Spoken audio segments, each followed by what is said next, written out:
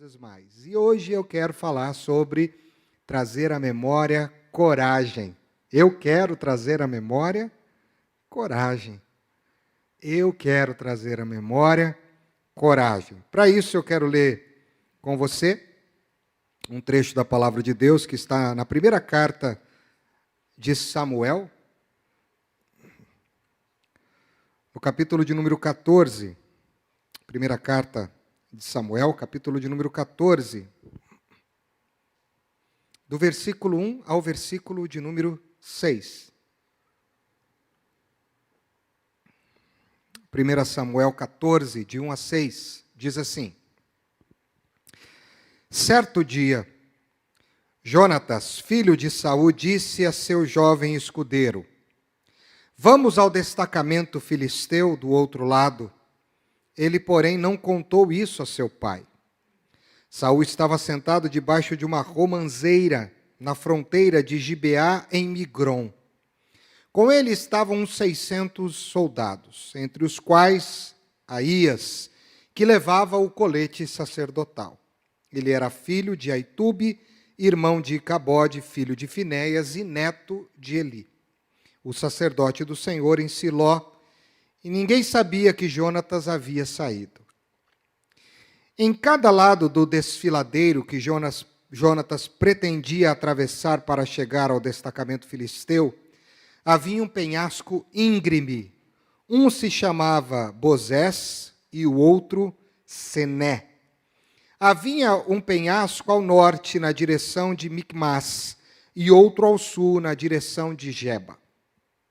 E Jonatas disse a seu escudeiro: Vamos ao destacamento daqueles incircuncisos. Talvez o Senhor haja em nosso favor.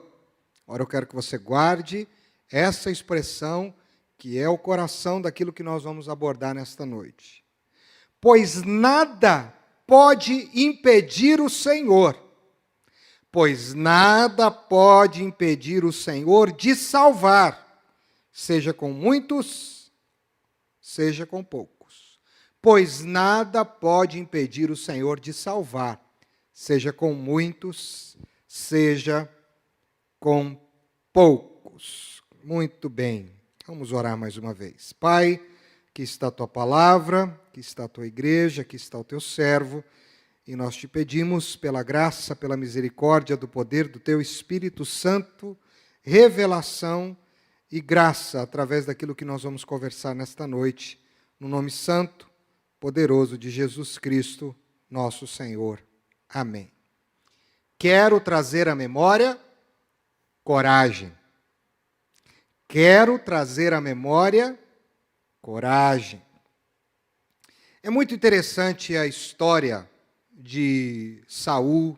Aliás, toda a história que fica nas adjacências do chamado de Davi, da casa do pai de Davi, da unção de Davi e tudo mais. Inclusive, nós vamos logo fazer uma série de mensagens só sobre esse ambiente e vai ser muito interessante também.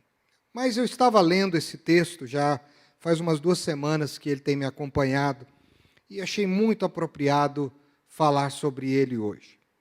Vamos começar falando de Saul para a gente poder entender, para vocês entenderem o capítulo 14, eu preciso fazer uma retomada para a gente poder fazer um esquenta aqui, tá bom? Então, quem é Saul nesse momento? Se vocês olharem no capítulo 3, estiver com a Bíblia, smartphone, quiser voltar, a partir do capítulo 13, Saul é empossado rei. Capítulo 13, Saul é recém-empossado rei, e Saul vai enfrentar a sua segunda grande batalha, que é a batalha contra os filisteus. Quando ele chama os seus soldados, Saul está usando a sua força, toda a sua inteligência, e ele chama lá, a princípio, 3.000 homens para esta peleja contra os filisteus. 2.000 vão acompanhá-lo, e 1.000 irão acompanhar o seu filho Jonatas, que também foi convocado para essa batalha. Mas tem um detalhe. Saul sai com muita coragem, assim, bastante determinado, porque tinha acabado de vir de uma batalha e havia vencido. Então ele achou que vencer os filisteus era uma tarefa muito fácil. Mas aí tem o detalhe do outro lado. Quando os filisteus souberam que Saul estava com este plano de atacá-los, eles fizeram uma contraofensiva. Saul saiu com 3.000 homens.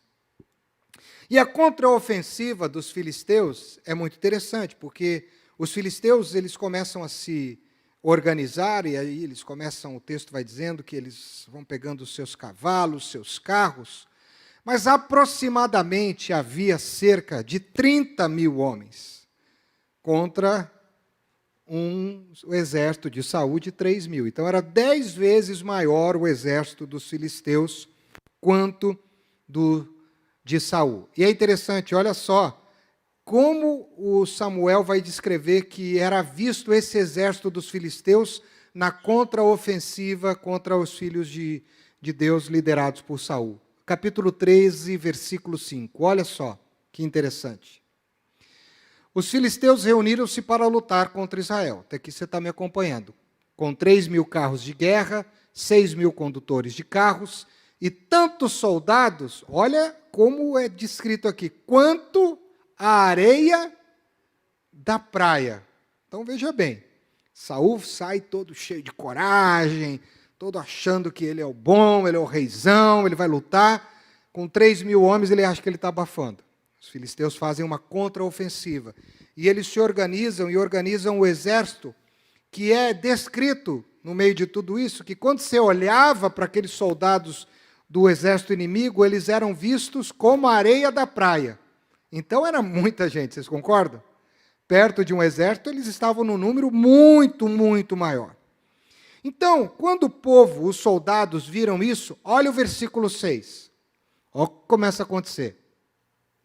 Quando os soldados de Israel viram que a situação era difícil e que seu exército estava sendo muito pressionado, aqueles soldados que saíram cheios de coragens com Saul, olha o que os soldados fazem.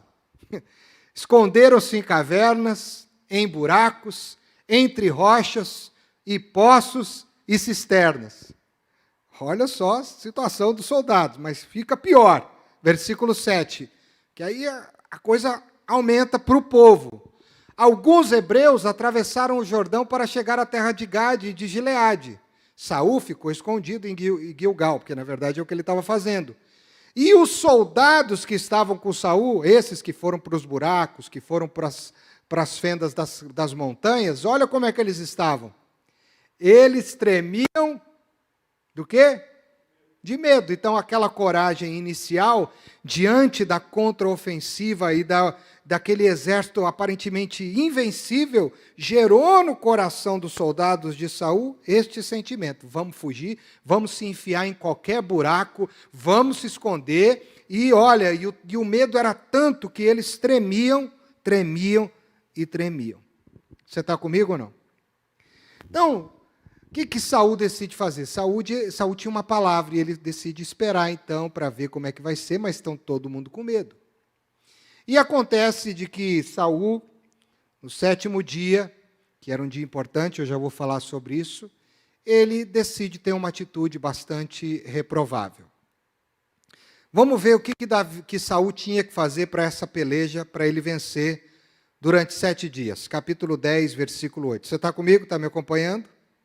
Olha lá, 10:8. Isso quem está dizendo é Samuel para Saul. Vá na minha frente até Gilgal, depois eu irei também para oferecer os sacrifícios e holocaustos de comunhão. Mas você deve esperar 7 dias até que eu chegue e lhe diga o que deve fazer. O que aconteceu? Saul não esperou o profeta para fazer o sacrifício. Era muito comum, quando o povo de Deus ia para uma batalha, que um sacerdote, um homem de Deus, fosse adiante e, como um representante do Senhor, oferecesse um sacrifício, consagrasse aquela peleja, pedisse a força de Deus, dissesse que o povo estava na dependência de Deus e só depois do sacrifício feito pelo sacerdote é que o rei, é que os comandantes poderiam ir para a luta. Se isso não tivesse sido feito antes da batalha, era como se eles estivessem dizendo, nós vamos, mas não vamos na proteção de Deus, nós vamos com a nossa própria força. E foi exatamente isso que Saul fez. Saul não quis esperar Samuel. Samuel começou a demorar, chegou o 7º dia, mas Samuel disse que iria, e Saul então decidiu ir para o campo de batalha. E é muito interessante que Samuel chega no 7º dia, e ele percebe toda essa situação, né, que eles estão vivendo, e ele dá uma cobrada no Saul. E olha o que Saul vai responder para ele no versículo de número... Deixa eu achar aqui. Versículo de número 12 do capítulo 13. Quem está falando agora é Saul. Agora os filisteus me atacarão em Gilgal. E o que ele fez? Eu não busquei o Senhor. E por isso senti-me obrigado a oferecer o sacrifício. Ou seja, ele decidiu agir por conta própria, decidiu não depender de Deus naquela guerra, ele agiu pelo seu próprio braço. Inclusive, já na segunda guerra de Saul, depois vocês podem ler a história, Deus o reprova como rei.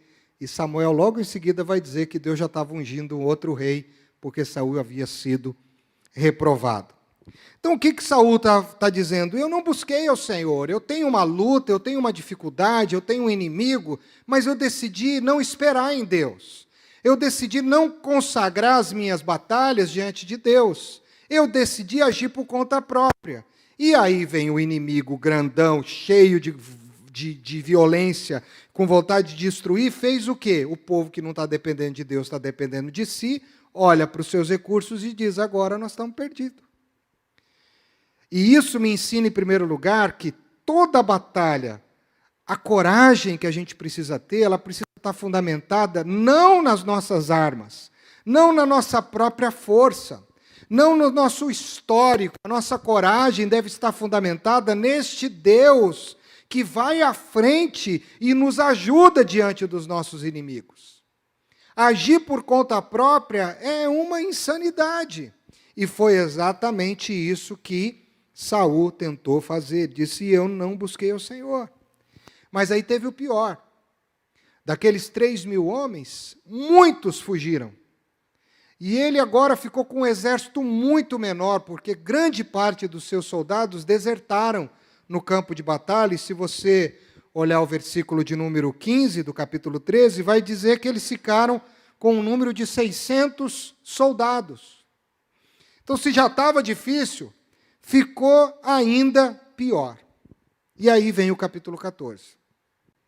O capítulo 14 chega nesse momento em que Saul foi para a guerra achando que ia abafar, os filisteus se organizam, e era tanta gente que parecia areia do mar, intimidam os soldados fogem, se enfiam em buracos, tremem de medo. Samuel chega, dá uma bronca no Saul, dizendo, por que você não dependeu de Deus? Ele diz, eu não busquei ao Senhor mesmo, eu quis agir por conta própria.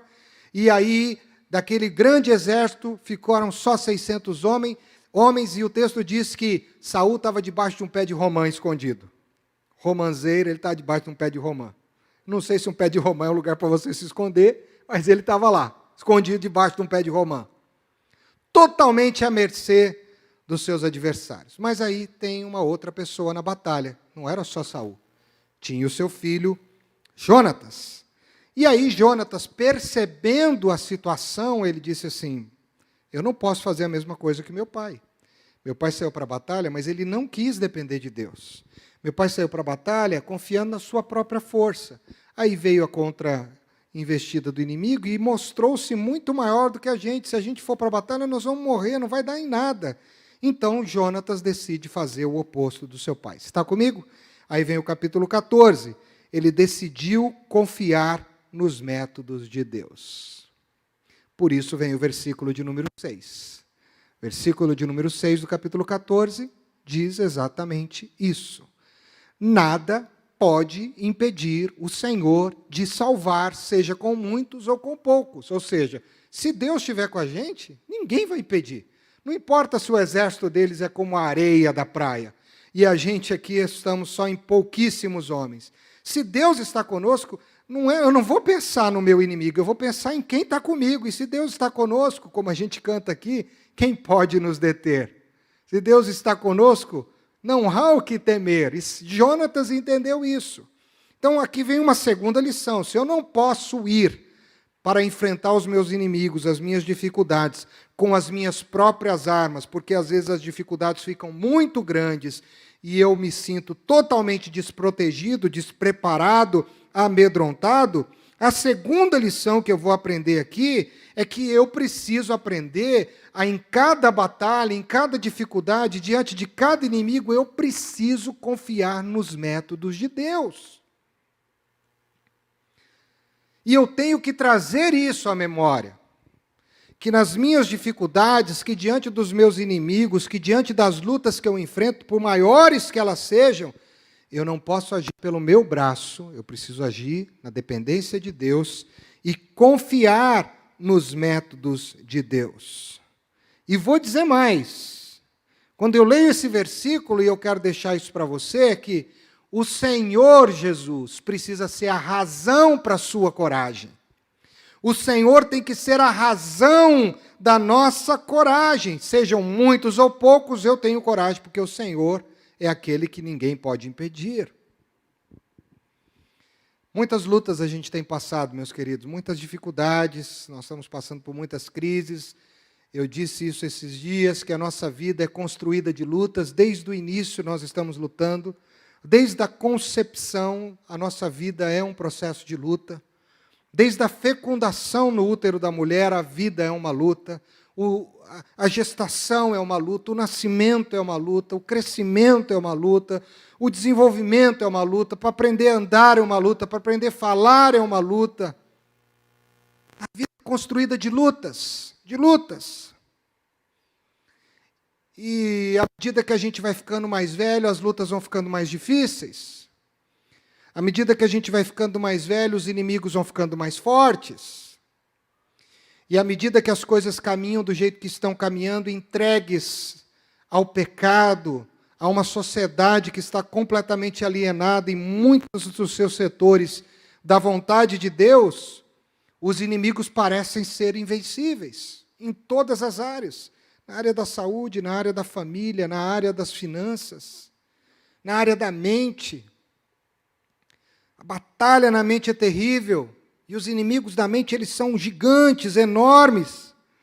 Então, diante disso, eu preciso entender que a minha coragem para enfrentar essa luta, porque nós temos que lutar.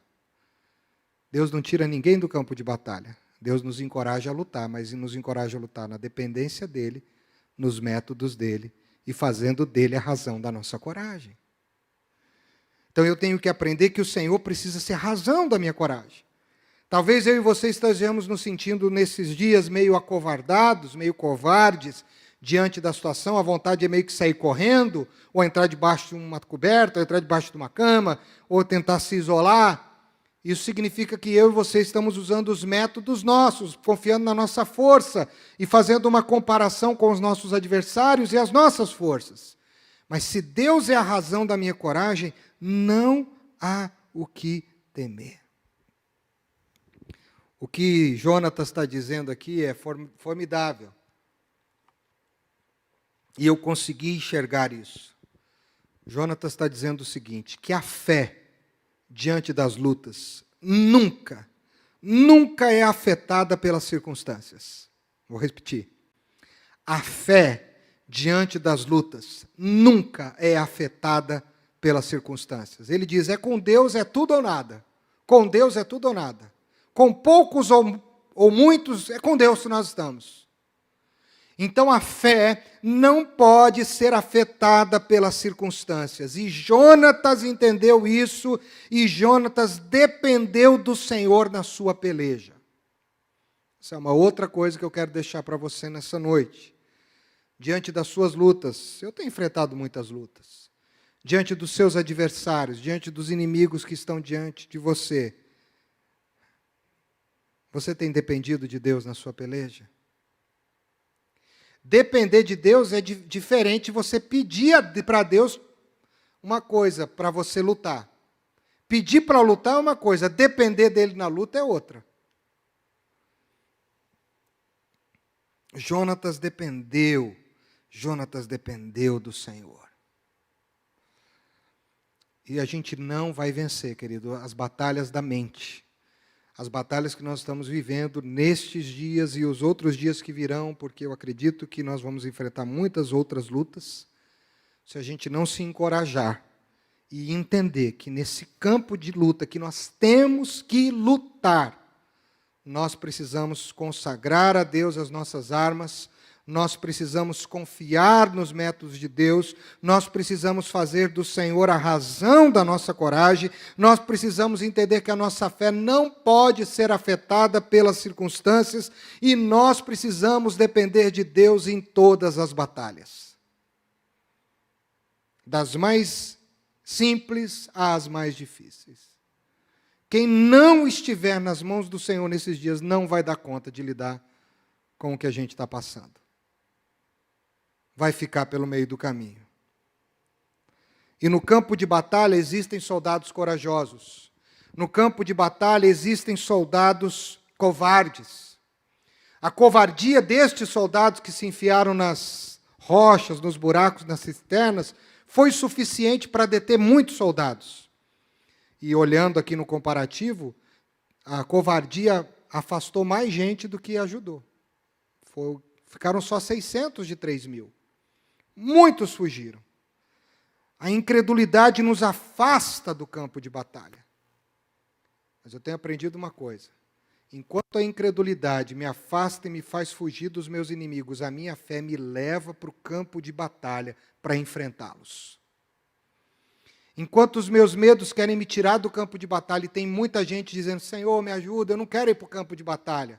Meu irmão, estou te dizendo, a vida é construída de lutas. E as nossas batalhas nós vamos ter que lutar. Nós vamos ter que passar pelas lutas e pelas dificuldades, sim. O medo te afasta do campo de batalha. Mas se você não estiver no campo de batalha, você não vai ter a fé e nem a experiência de dizer, eu venci. A fé te conduz para o campo de batalha, enquanto o medo te afasta. A fé te conduz no caminho das suas dificuldades. A fé me faz avançar no caminho das minhas dificuldades. A fé não me faz recuar diante das minhas dificuldades. Saul recuou com os seus soldados. Jonatas avançou com os seus poucos soldados. Diante dos seus adversários e diante dos seus inimigos. E aí veja o que aconteceu. Olha o que nós não lemos e nós vamos ler agora. Versículo 8 do capítulo 14. Olha que interessante, depois de toda essa situação. Jonatas disse, venha, vamos atravessar na direção dos soldados e deixaremos que nos avistem. Se nos disserem, espere aí até que cheguemos perto, ficaremos onde estivermos e não avançaremos. Mas se disserem, subam até aqui, subiremos, pois está certo, pois este será um sinal para nós de que o Senhor os entregou nas nossas mãos. Então os dois se deixaram ver pelo destacamento dos filisteus, que disseram, vejam os hebreus, estão saindo dos buracos, onde estavam escondidos. Olha que lindo isso. Um homem de coragem, ele vai sair do buraco para o campo de batalha para vencer. Olha que coisa mais linda, que revelação maravilhosa. Deus quer tirar muita gente do buraco para o campo de batalha, porque a vitória é garantida. Versículo 12. E gritaram para Jonatas e seu escudeiro, subam até aqui e daremos uma lição em vocês. Diante disto, Jonatas disse ao seu escudeiro, siga-me, o Senhor os entregou nas mãos de Israel. Tudo tem a ver com dependência no campo de batalha. Agora isso aqui é muito lindo. Jonatas escalou o desfiladeiro, usando as mãos e os pés, e o escudeiro foi logo atrás. Jonatas os derrubava, os soldados filisteus, e o escudeiro vinha logo atrás dele e os matava. Você imagina a cena? Só 2 homens, diante de um exército que era contado como areia da praia. Vem um homem cheio de coragem, porque está na dependência de Deus. Ele não está olhando para os seus adversários, ele não está olhando para as circunstâncias, ele está confiante de que é tudo ou nada pela fé. Eu vou enfrentar. E aí Jonatas vem e derruba um, o cara vem e mata. Derruba outro, o cara vem e mata.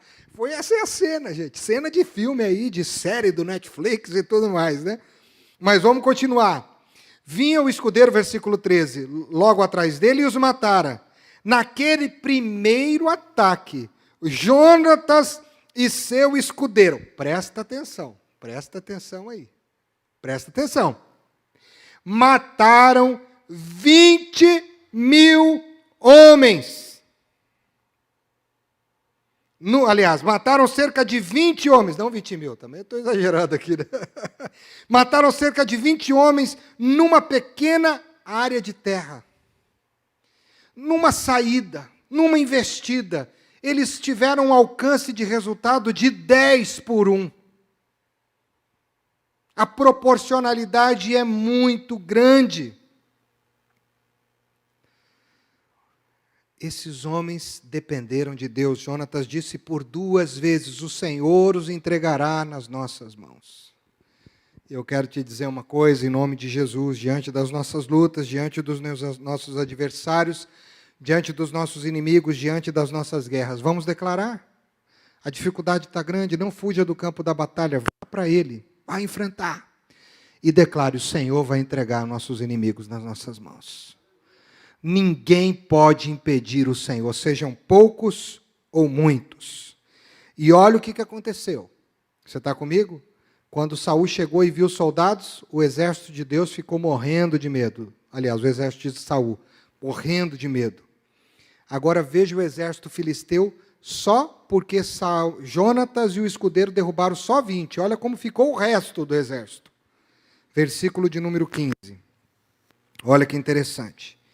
Então, caiu terror sobre todo o exército, tanto sobre os que estavam no acampamento e no campo, como sobre os que estavam nos destacamentos e até mesmo nas tropas de ataque.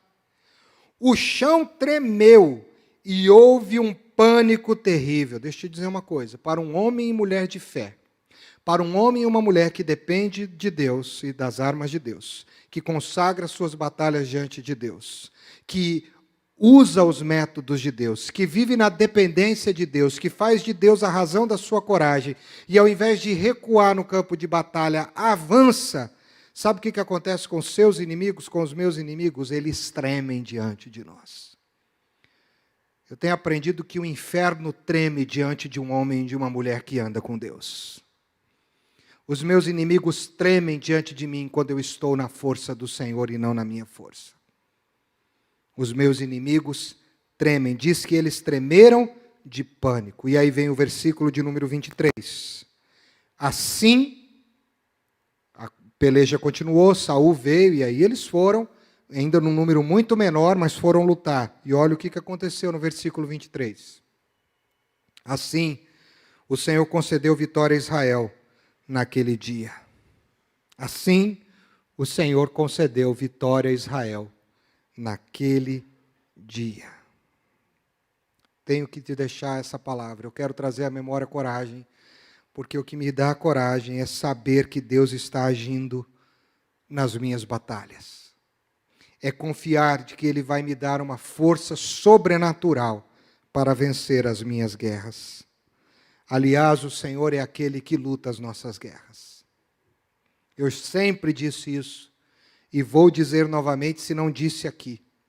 Uma das coisas que eu tenho aprendido no campo de batalha, quando eu estou na dependência de Deus, eu posso inclusive estar armado, mas aquele que depende de Deus, vai ver Deus agindo além das suas armas. Suas armas serão insignificantes diante do que Deus vai fazer. E sabe o que eu tenho aprendido sobre dependência? Tem muita gente que acha que dependência é ficar parado na batalha, na luta, na dificuldade. Chorando num canto, dizendo, ai meu Deus, me ajuda, ai, Senhor tem misericórdia disso, Senhor tem misericórdia daquilo. Não, dependência é você ir para o campo de batalha, tirar a tua espada do lado, embanhá-la e saber que você está num número muito menor, que a sua condição é muito pior do que aquela dificuldade que você está enfrentando, mas você sabe que é Deus que vai fazer o que você não pode fazer. Isso é dependência. O Senhor luta a nossa batalha. Na dependência, Deus não vai tirar ninguém do campo de batalha, mas lá na batalha, Ele vai te dar uma força descomunal para enfrentar os seus adversários. E aí, para concluir, vem um texto de Paulo aos Coríntios que nos garante isso. Para toda e qualquer batalha. Você está comigo? Toda e qualquer batalha? Diante de toda e qualquer peleja. 1 Coríntios, capítulo 15, versículo de número 57. Mas graças a Deus, que nos dá a vitória por meio de nosso Senhor Jesus Cristo. Quando eu estava lendo essa música, essa mensagem, estava vindo ao meu coração, enquanto o Senhor ministrava ao meu coração, a minha mente cantava. Eu não cantava com a boca. Mas tem uma canção, eu não me lembro como começa a canção, porque hoje eu tentei lembrar como começava e não lembrava. Pastor Valdemar, depois que passa dos 45, do segundo tempo... Mas teve uma parte dessa canção que ficou me acompanhando enquanto eu estava orando por essa mensagem. Assim que eu luto as minhas guerras. Assim que eu luto as minhas guerras. Assim que eu luto as minhas guerras. Na dependência de Deus, usando as armas de Deus, confiando nos métodos de Deus, fazendo de Deus a razão da minha coragem. É assim que eu luto as minhas guerras. E aí, entendendo que no campo de batalha é tudo ou nada, mas eu sei que é tudo, porque o texto já está me garantindo, mas graças a Deus que nos dá a vitória por meio de nosso Senhor Jesus Cristo. E para você que estava aí meio covardão, covardona, desculpa a brincadeira, mas é verdade, diante dos seus problemas, diante dos seus inimigos, você que estava achando hoje que esses inimigos são invencíveis e está se intimidando diante deles, o início do versículo 58 do capítulo 15. Olha aí, o que Deus está dizendo para você. Mantenham-se firmes e que nada os abale. Mantenham-se firmes e que nada os abale. Porque é assim que eu luto as minhas guerras. Eu luto as minhas guerras com coragem. E eu vou trazer nesse tempo de lutas e lutas difíceis que nós estamos enfrentando, lutas terríveis, eu vou trazer coragem. Porque eu vou consagrar todas as minhas batalhas ao Senhor. Eu vou confiar no Senhor. Eu vou esperar no Senhor. Eu vou confiar nos métodos do Senhor. Eu estou repetindo tudo que eu já disse. Eu vou fazer do Senhor a razão da minha coragem. Eu vou viver em dependência do Senhor e eu não vou recuar. Eu vou avançar, porque Deus vai me dar uma força descomunal e aquilo que a minha espada não vai poder fazer, vai ser com Ele. E aí a vitória é garantida. Então eu espero em nome de Jesus que nesta noite, você que está aqui, você que está em casa, você que está ouvindo essa mensagem agora, você se encha de coragem, dizendo, é assim que eu luto as minhas guerras. Vamos orar? Feche os teus olhos em nome de Jesus. Pai, muito obrigado por esta palavra que encorajou meu coração nesse dia. Tu conheces o meu campo de batalha, como o Senhor conhece o campo de batalha de cada pessoa aqui. Tu sabes quem são os meus inimigos, quem são os meus adversários. Tu sabes, Senhor, como eu me sinto em relação a eles. E como nós nos sentimos, e muitas vezes, como o exército de Saul, olhando para a nossa dificuldade, olhando para as nossas batalhas, a gente treme. A gente tem vontade de se enfiar num buraco, de sair correndo. Ó Deus, mas ajuda-nos a termos a ousadia de Jonatas, que disse, nenhum impedimento há para o Senhor. Que nós possamos dizer nesta noite que nenhum impedimento há para o Senhor. Nenhum impedimento há. Se isso é verdade, não há nenhum inimigo invencível, não há nenhuma luta invencível, e não há nada que a gente não possa dizer que vamos experimentar a vitória. Então, eu estou crendo como nunca, de que no meu campo de batalha, ainda que com as minhas armas totalmente humanas, parecendo insignificantes diante daquilo que está diante de mim. E eu tenho certeza, e eu vou declarar aqui em alto e bom som, a vitória já me foi garantida pelo Cordeiro, porque Ele me dá a vitória. Graças a Deus que nos dá a vitória por meio de Jesus Cristo. E que esse irmão, essa irmã, que esta vida diga isso agora. Graças a Deus, eu não vou recuar. Eu vou para o campo, eu vou lutar. Eu não vou me entregar, porque graças a Deus que Ele me dá a vitória por meio de Jesus Cristo. Por isso eu vou me manter firme e não vou me abalar. E nesta noite vou permitir que o Espírito de Deus me encha de coragem, pois Deus não nos deu um espírito de covardia, mas um espírito de coragem. Essa é a nossa oração, no nome de Jesus. Você corajoso pode dizer amém?